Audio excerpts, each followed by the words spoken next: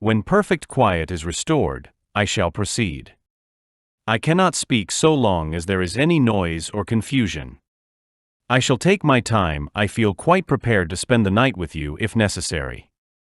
I very much regret that everyone who desires cannot hear what I have to say. Not that I have any display to make or anything very entertaining to present, but such views as I have to give, I wish all, not only in this city, but in this state, and throughout our Confederate Republic, could hear who have a desire to hear them. I was remarking that we are passing through one of the greatest revolutions in the annals of the world. 7 states have within the last 3 months thrown off an old government and formed a new. This revolution has been signally marked up to this time by the fact of its having been accomplished without the loss of a single drop of blood.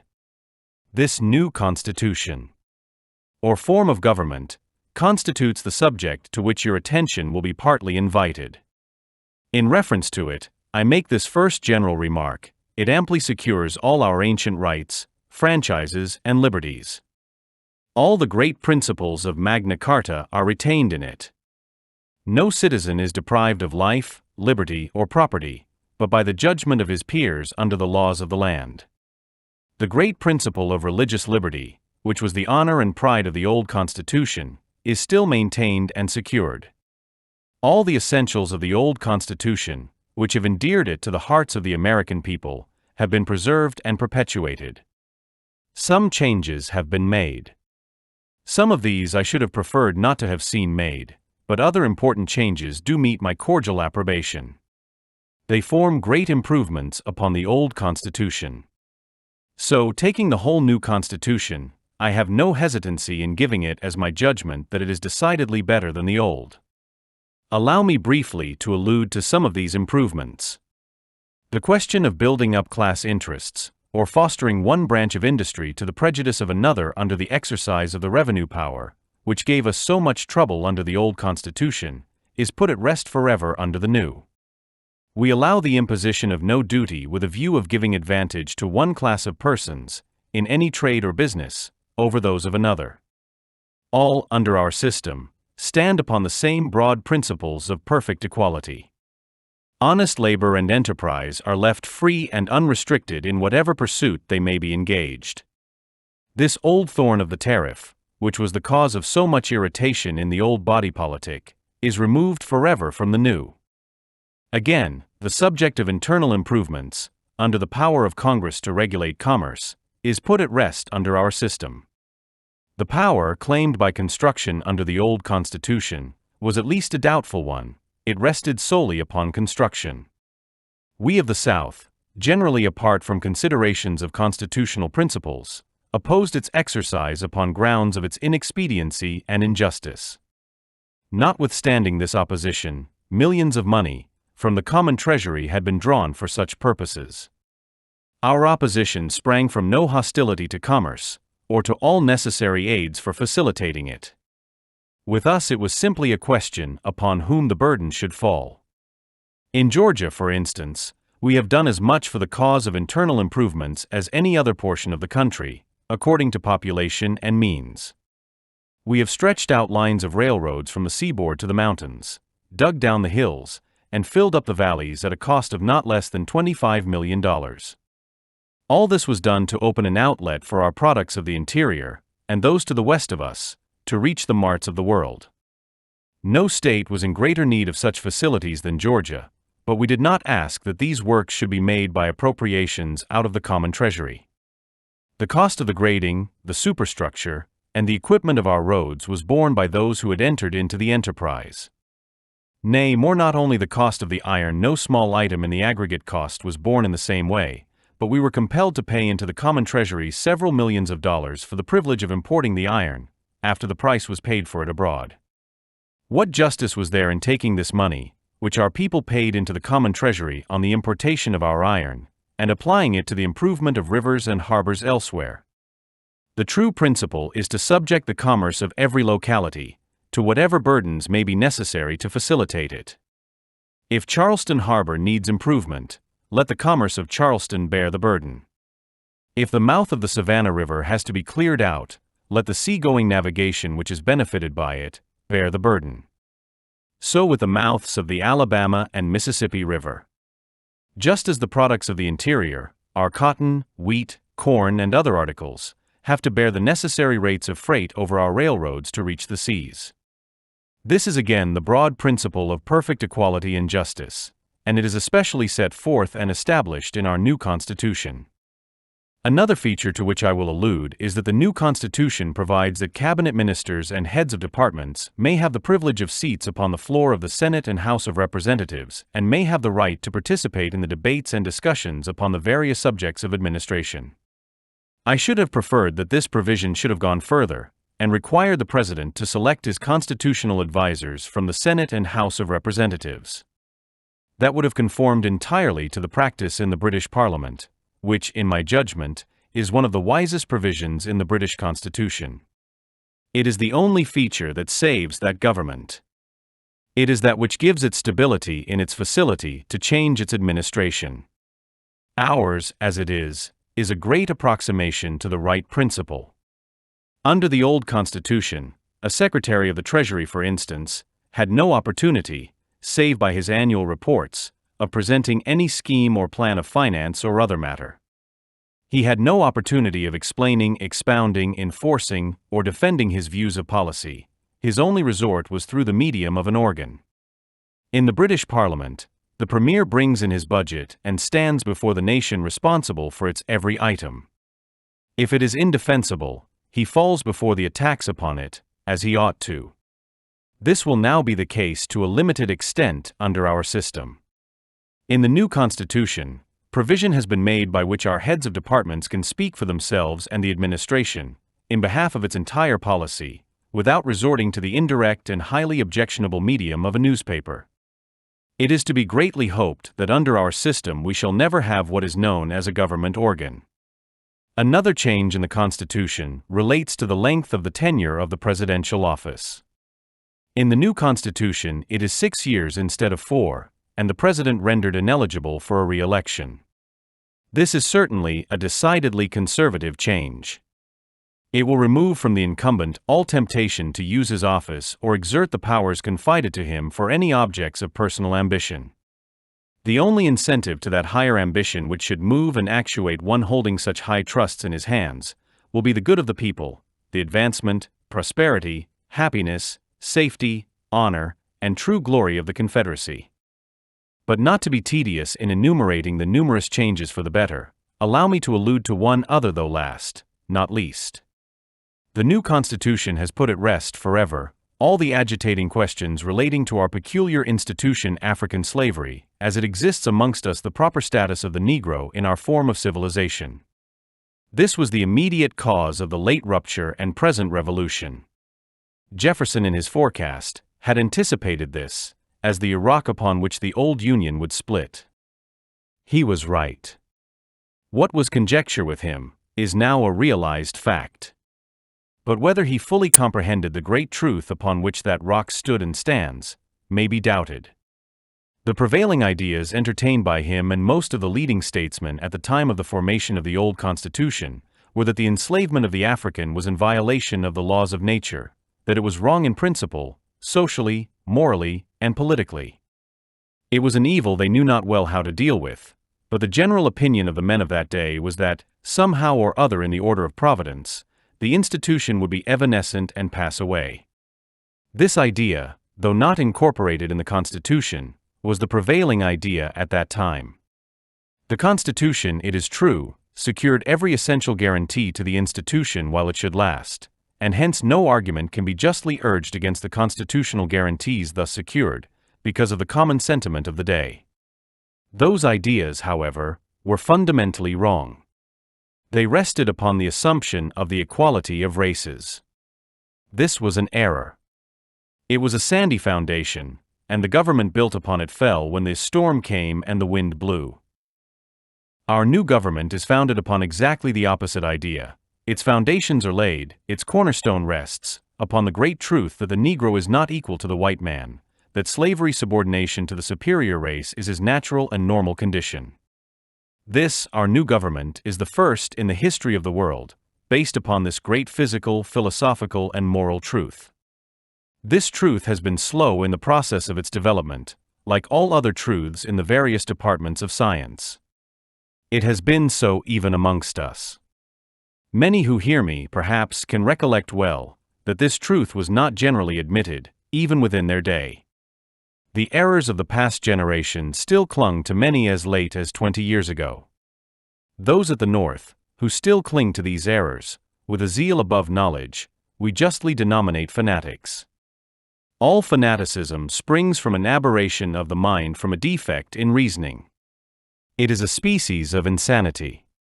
One of the most striking characteristics of insanity, in many instances, is forming correct conclusions from fancied or erroneous premises, so with the anti-slavery fanatics. Their conclusions are right if their premises were. They assume that the Negro is equal, and hence conclude that he is entitled to equal privileges and rights with the white man. If their premises were correct, their conclusions would be logical and just, but their premise being wrong, their whole argument fails.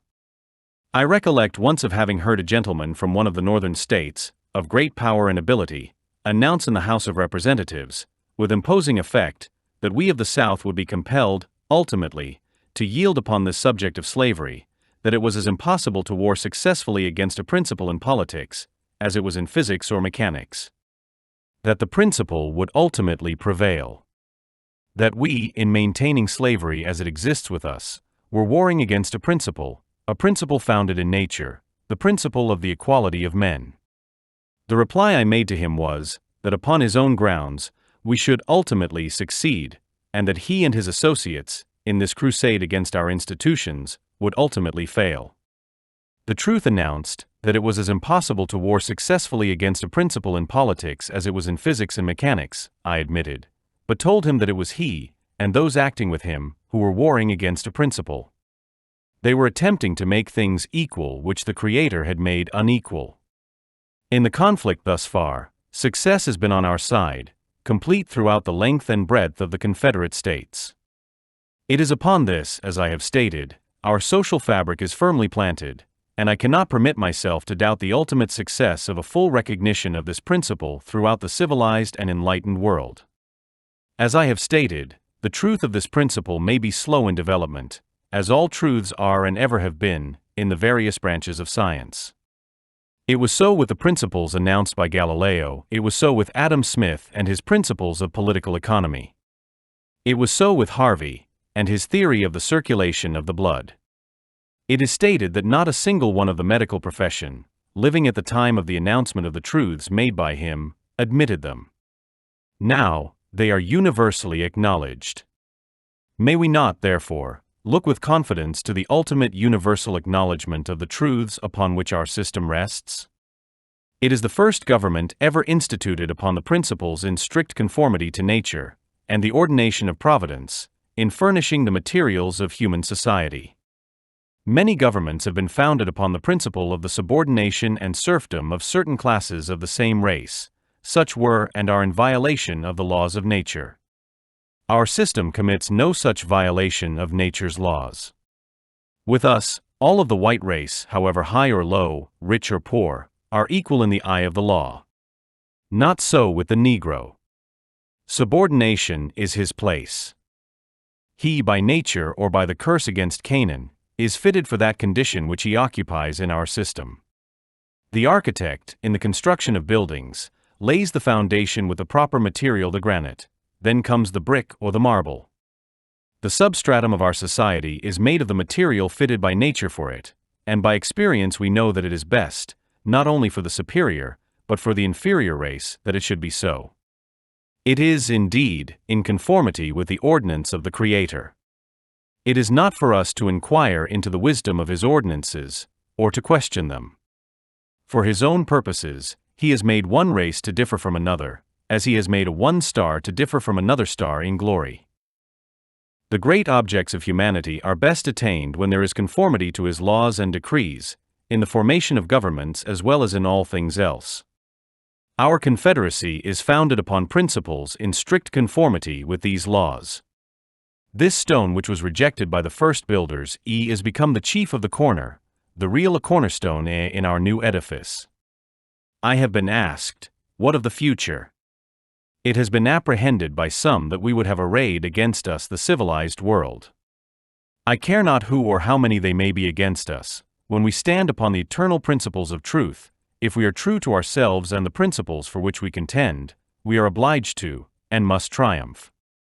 Thousands of people who begin to understand these truths are not yet completely out of the shell. They do not see them in their length and breadth. We hear much of the civilization and Christianization of the barbarous tribes of Africa. In my judgment, those ends will never be attained, but by first teaching them the lesson taught to Adam, that in the sweat of his brow he should eat his bread, and teaching them to work and feed and clothe themselves. But to pass on, some have propounded the inquiry whether it is practicable for us to go on with the Confederacy without further accessions?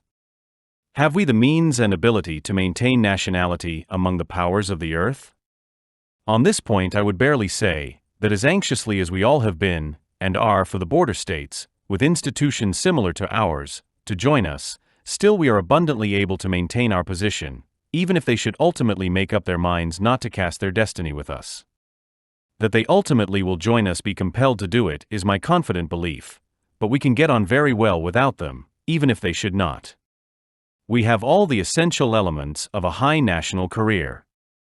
The idea has been given out at the North, and even in the border states, that we are too small and too weak to maintain a separate nationality. This is a great mistake.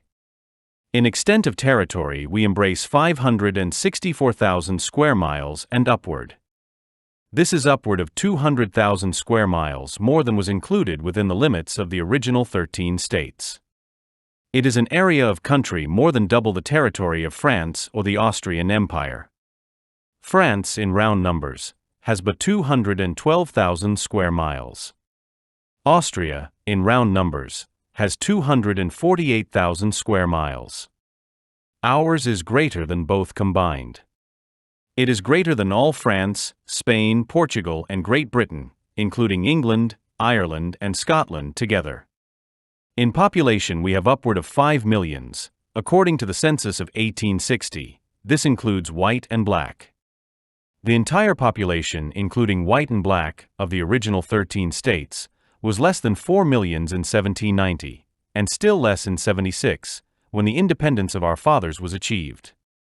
If they, with a less population, dared maintain their independence against the greatest power on earth, shall we have any apprehension of maintaining ours now? In point of material wealth and resources, we are greatly in advance of them. The taxable property of the Confederate States cannot be less than $2,200 millions. This, I think I venture but little in saying, may be considered as 5 times more than the colonies possessed at the time they achieved their independence. Georgia alone possessed last year, according to the report of our Comptroller General, 672 millions of taxable property.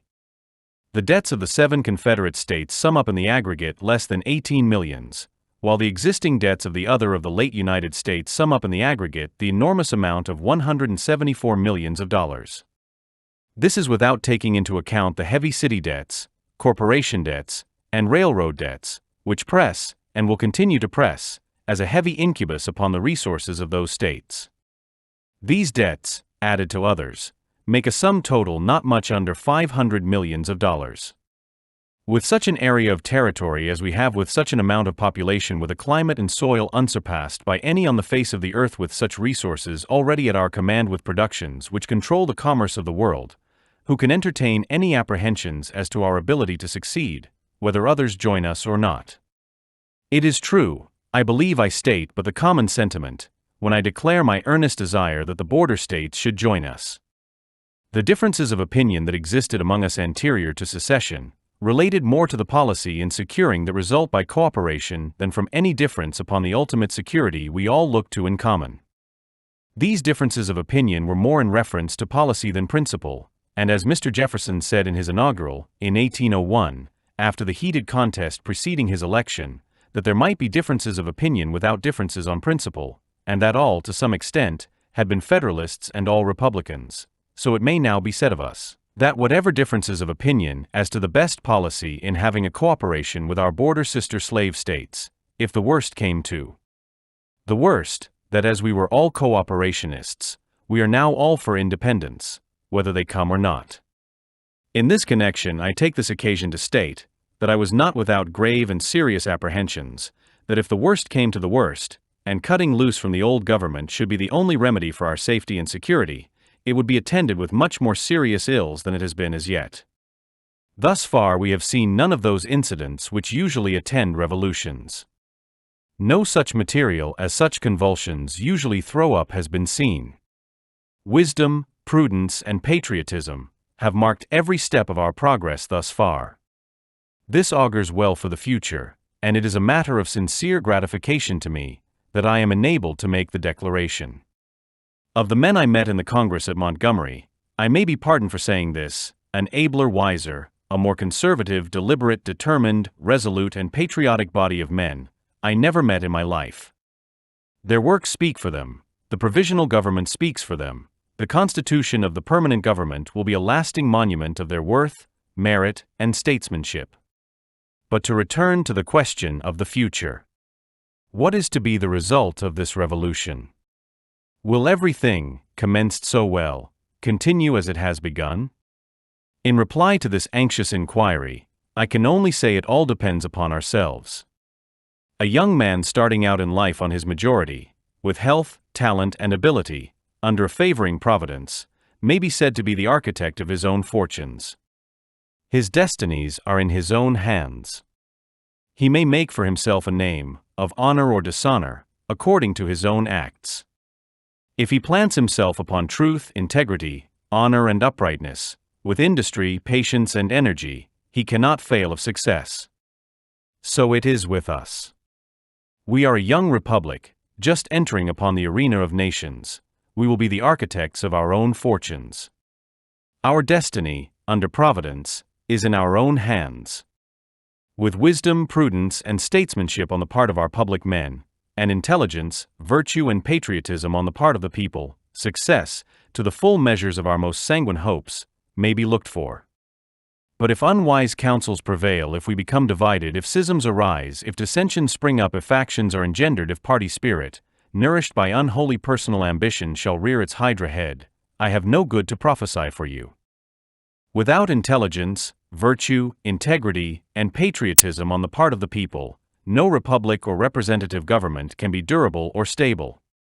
We have intelligence, and virtue, and patriotism. All that is required is to cultivate and perpetuate these. Intelligence will not do without virtue. France was a nation of philosophers. These philosophers become Jacobins. They lack that virtue, the devotion to moral principle, and that patriotism which is essential to good government organized upon principles of perfect justice and right-seeking amity and friendship with all other powers. I see no obstacle in the way of our upward and onward progress. Our growth, by accessions from other states, will depend greatly upon whether we present to the world, as I trust we shall, a better government than that to which neighboring states belong. If we do this, North Carolina, Tennessee, and Arkansas cannot hesitate long, neither can Virginia, Kentucky, and Missouri. They will necessarily gravitate to us by an imperious law. We made ample provision in our Constitution for the admission of other states. It is more guarded, and wisely so, I think, than the old Constitution on the same subject, but not too guarded to receive them as fast as it may be proper. Looking to the distant future, and perhaps not very far distant either, it is not beyond the range of possibility, and even probability, that all the great states of the Northwest will gravitate this way, as well as Tennessee, Kentucky, Missouri, Arkansas, etc. Should they do so, our doors are wide enough to receive them, but not until they are ready to assimilate with us in principle. The process of disintegration in the old Union may be expected to go on with almost absolute certainty if we pursue the right course. We are now the nucleus of a growing power which, if we are true to ourselves, our destiny and high mission, will become the controlling power on this continent. To what extent accessions will go on in the process of time, or where it will end, the future will determine. So far as it concerns states of the old Union, this process will be upon no such principles of reconstruction as now spoken of, but upon reorganization and new assimilation. Such are some of the glimpses of the future as I catch them. But at first we must necessarily meet with the inconveniences and difficulties and embarrassments incident to all changes of government. These will be felt in our postal affairs and changes in the channel of trade. These inconveniences, it is to be hoped, will be but temporary, and must be borne with patience and forbearance. As to whether we shall have war with our late Confederates, or whether all matters of differences between us shall be amicably settled, I can only say that the prospect for a peaceful adjustment is better, so far as I am informed, than it has been. The prospect of war is, at least, not so threatening as it has been. The idea of coercion, shadowed forth in President Lincoln's inaugural, seems not to be followed up thus far so vigorously as was expected. Fort Sumter, it is believed, will soon be evacuated. What course will be pursued toward Fort Pickens, and the other forts on the Gulf, is not so well understood. It is to be greatly desired that all of them should be surrendered. Our object is peace, not only with the North, but with the world. All matters relating to the public property, public liabilities of the Union when we were members of it, we are ready and willing to adjust and settle upon the principles of right, equity, and good faith.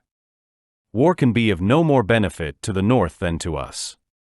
Whether the intention of evacuating Fort Sumter is to be received as an evidence of a desire for a peaceful solution of our difficulties with the United States, or the result of necessity, I will not undertake to say. I would fain hope the former. Rumors are afloat, however, that it is the result of necessity. All I can say to you, therefore, on that point is, keep your armor bright and your powder dry. The surest way to secure peace is to show your ability to maintain your rights. The principles and position of the present administration of the United States, the Republican Party, present some puzzling questions. While it is a fixed principle with them never to allow the increase of a foot of slave territory, they seem to be equally determined not to part with an inch of the accursed soil. Notwithstanding their clamor against the institution, they seem to be equally opposed to getting more, or letting go what they have got. They were ready to fight on the accession of Texas, and are equally ready to fight now on her secession. Why is this?